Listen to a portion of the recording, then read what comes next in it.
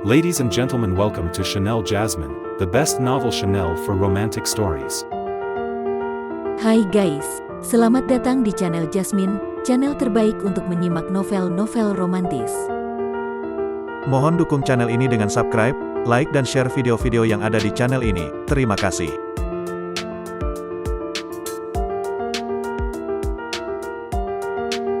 Perintah Kaisar Naga bab 4544, 4545, 4546.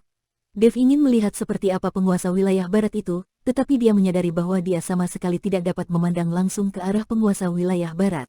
Tekanan yang begitu kuat membuat Dev harus menundukkan kepalanya. Ini adalah kali kedua Dev bertemu dengan seorang penguasa wilayah. Dari 5 penguasa wilayah di dunia surga dan manusia, Dev telah bertemu 2 di antaranya.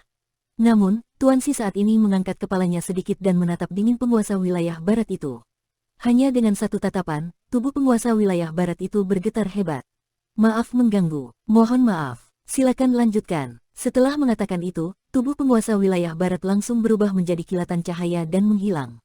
Semua orang tercengang, penguasa wilayah barat datang dengan cepat, tetapi pergi lebih cepat lagi.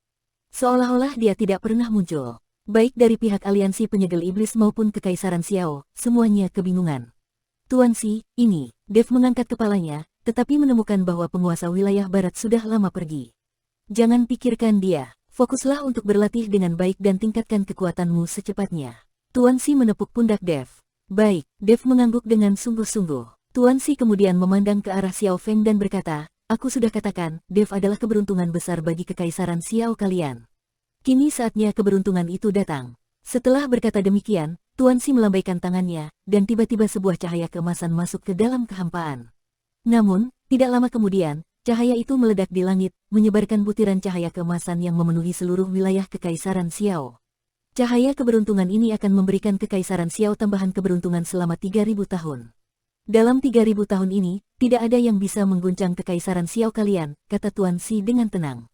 Kata-kata itu ditujukan kepada Xiao Feng, tetapi juga sebagai peringatan kepada Zhuo Tianzeng dan orang-orang dari aliansi penyegel iblis. Ini adalah peringatan agar aliansi penyegel iblis tidak lagi mengincar kekaisaran Xiao. Mendengar itu, Xiao Yuanshan bersuka cita. Dia, bersama semua orang dari kekaisaran Xiao, langsung berlutut di depan Tuan Si. Tuan, apakah 10.000 jiwa para prajurit kekaisaran Xiao yang baru saja dihidupkan kembali juga adalah perbuatan Anda? Tanya Xiao Feng sambil menatap Tuan Si. Karena suara Tuan Si tadi sangat mirip dengan suara yang membangkitkan 10.000 jiwa itu, Xiao Feng menyimpulkan bahwa itu bukanlah perbuatan Daois Wuji. Tuan Si hanya tersenyum tipis tanpa menjawab pertanyaan itu. Tubuhnya menghilang dalam sekejap. Dev tertegun. Orang-orang dari kekaisaran Xiao juga terkejut. Begitu saja, dia pergi. Lalu, bagaimana dengan orang-orang dari aliansi penyegel iblis? Melihat kepergian Tuan Si, Raja Iblis Awan Merah, yang bersembunyi di lautan kesadaran Dev, menarik napas panjang. Akhirnya dia pergi. Hampir saja aku kencing di celana. Tuan, mengapa Anda begitu takut pada Tuan Si? Apakah Anda tahu siapa dia? Tanya Dev kepada Raja Iblis Awan Merah.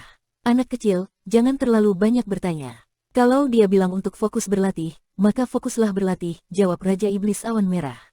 Berikan tubuhmu sebentar. Aku perlu melampiaskan amarahku dengan membunuh beberapa orang. Barusan aku ketakutan setengah mati. Raja Iblis Awan Merah tidak mengatakan banyak lagi. Dia tahu jika Tuan Si tidak memberitahu Dev, maka pasti ada alasan. Jika dia bicara terlalu banyak, itu bisa membawa bencana. Karena itu, Raja Iblis Awan Merah memilih melampiaskan ketegangannya dengan cara lain. Tuan, tolong jangan terlalu keras. Jangan sampai tubuhku rusak. Dev setuju dan bersiap, menyerahkan tubuhnya kepada Raja Iblis Awan Merah untuk membantai orang-orang dari aliansi penyegel iblis. Namun, sebelum Dev sempat melakukannya, Zhuo Tianzeng dan Luo Ta dari aliansi penyegel iblis sudah berbalik dan lari. Mereka berlari lebih cepat dari kelinci. Meskipun Tuan Si sudah pergi, kata-katanya tadi telah membuat mereka sangat terguncang. Dia memberikan tambahan keberuntungan selama 3000 tahun kepada kekaisaran Xiao, memastikan tidak ada yang bisa mengusik mereka dalam periode itu. Konsep ini terlalu besar untuk mereka hadapi. Melihat aliansi penyegel iblis melarikan diri, Dev hanya bisa membatalkan niatnya untuk menyerahkan tubuhnya kepada Raja Iblis Awan Merah. Orang-orang dari kekaisaran Xiao menghela napas lega, tetapi di dalam hati mereka penuh dengan kegembiraan. Keberuntungan, inilah keberuntungan sejati. Bisa berteman dengan Dev adalah keputusan paling tepat yang pernah dibuat oleh kekaisaran Xiao. Tuan Chen, mulai sekarang kekaisaran Xiao kami akan mendirikan patung Anda untuk dipuja. Anak cucu kami akan selalu mengenang kebaikan Anda, kata Xiao Yuanshan dengan penuh rasa hormat sambil berlutut di depan Dev. Yang mulia Xiao, tolong jangan seperti itu.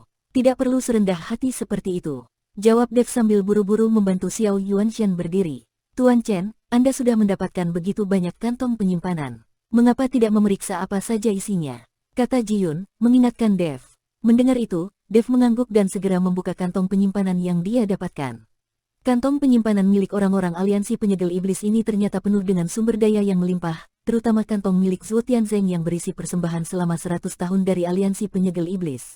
Sumber daya ini cukup bagi Dev untuk berlatih dengan baik, sehingga dia tidak perlu khawatir lagi tentang kekurangan sumber daya. Memang benar, merampas sumber daya jauh lebih mudah, kata Dev dengan penuh kegembiraan. Tuan Chen, coba periksa kantong penyimpanan yang berwarna emas itu. Sepertinya itu milik pria besar yang bodoh itu, kata Ji-yun sambil menunjuk kantong penyimpanan berbeda warna di tangan Dev. Dev membuka kantong itu dan memasukkan kesadarannya ke dalamnya. Tak lama, dia tercengang karena menemukan bahwa kantong tersebut penuh dengan batu kristal berwarna ungu muda yang tidak terhitung jumlahnya. Aroma yang keluar dari batu kristal ini berbeda dari energi spiritual biasa. Dev mengambil salah satu batu kristal dan bertanya kepada Xiao Yuanshan, Yang mulia Xiao, apakah Anda tahu ini batu kristal apa? Xiao Yuanshan menerima batu kristal tersebut, memeriksanya dengan cermat, lalu menggelengkan kepala. Saya belum pernah melihatnya sebelumnya. Tidak tahu apakah ini berasal dari dunia surga dan manusia. Itu adalah batu spiritual abadi, batu kristal paling rendah di surga. Hanya para kultivator yang baru tiba di surga yang menggunakannya.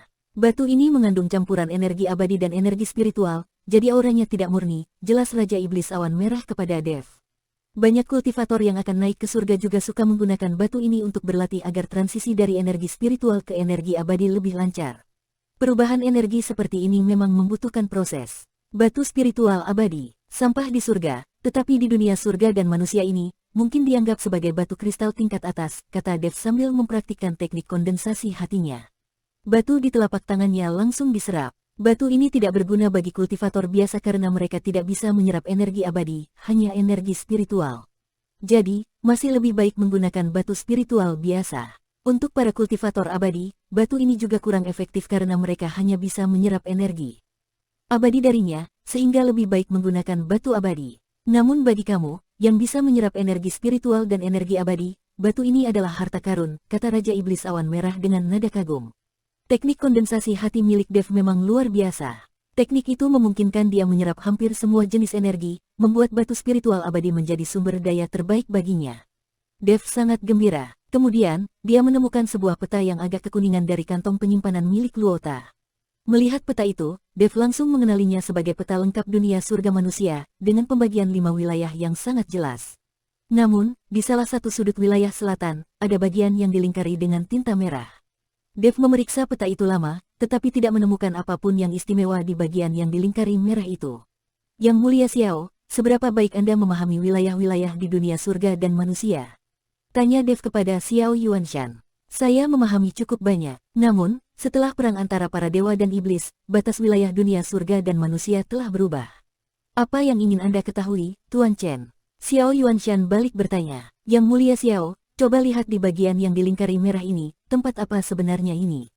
Dev membentangkan peta itu di hadapan Xiao Yuanshan sambil berbicara. Xiao Yuanshan memeriksa dengan seksama, lalu menggelengkan kepala. Saya tidak tahu pasti. Daerah ini sepertinya termasuk wilayah pegunungan Tianmo, tetapi saya jarang pergi ke sana. Tapi saya tahu, sebelum perang dewa dan iblis, di sini terdapat banyak kota kuno, dan wilayahnya sangat luas. Namun, setelah perang dewa dan iblis, banyak kota kuno di dunia surga dan manusia hancur. Jika bukan karena perang itu, Kekaisaran Xiao tidak akan dianggap kecil di dunia surga dan manusia. Tetapi jika tempat ini dilingkari pada peta, pasti ada sesuatu yang istimewa di sana. Ya, saya juga berpikir begitu. Jika ada waktu, saya akan memeriksanya, kata Dev sambil menyimpan peta itu. Namun, Dev tidak langsung pergi menyelidiki tempat yang ditandai di peta tersebut. Sebaliknya, dia memanfaatkan sumber daya yang telah dirampas untuk mulai berlatih di Kekaisaran Xiao.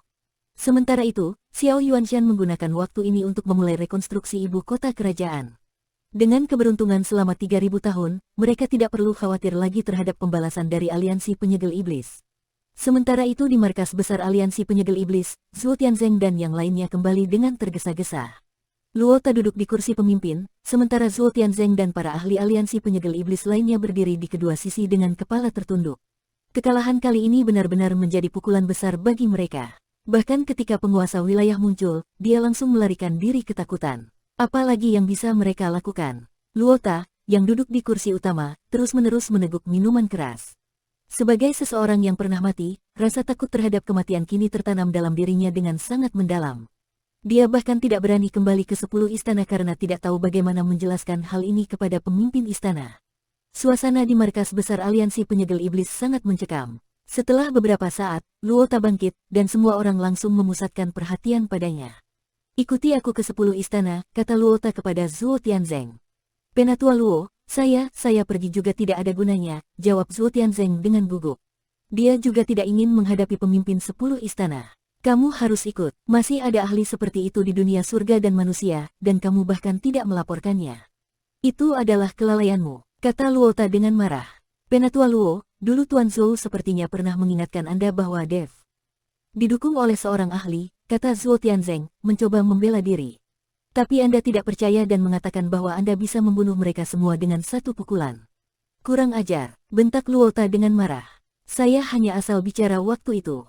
Jangan banyak omong, ikut saya ke 10 istana. Meskipun dengan enggan, Zhuo Tianzeng tetap dipaksa mengikuti Luota ke 10 istana.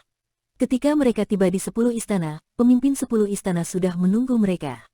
Luota, jiwa hidupmu menghilang tetapi muncul kembali. Apa yang sebenarnya terjadi? Aku pikir kamu sudah mati, tanya pemimpin 10 istana kepada Luota. Sebagai anggota 10 istana, ketika Luota hancur menjadi abu, lampu jiwa di istana padam, menandakan kematiannya. Ketika itu terjadi, pemimpin 10 istana sempat terkejut. Namun, tidak lama kemudian, lampu jiwa itu menyala kembali, membuatnya curiga bahwa lampu tersebut rusak. Yang mulia, saya dibunuh, tetapi kemudian orang itu menghidupkan saya kembali, jawab Luota tanpa menyembunyikan apapun. Kamu dibunuh, lalu dihidupkan kembali. Pemimpin 10 istana terkejut. Apa yang sebenarnya terjadi? Apakah ada ahli seperti itu di dunia surga dan manusia? Luota menceritakan seluruh kejadian dengan detail, lalu berkata, Yang mulia, ini semua karena kesalahan Zhuo Tianzeng yang membuat saya meremehkan lawan dan akhirnya mengalami kekalahan besar. Luota juga memanfaatkan kesempatan ini untuk menyalahkan Zhuo Tianzeng atas kelalaiannya. Mampu membunuhmu dengan mudah dan menghidupkanmu kembali, siapa orang ini sebenarnya? Seberapa kuat dia? Tanya pemimpin 10 istana, terlihat sangat tertarik pada sosok misterius yang diceritakan Luota. Bersambung.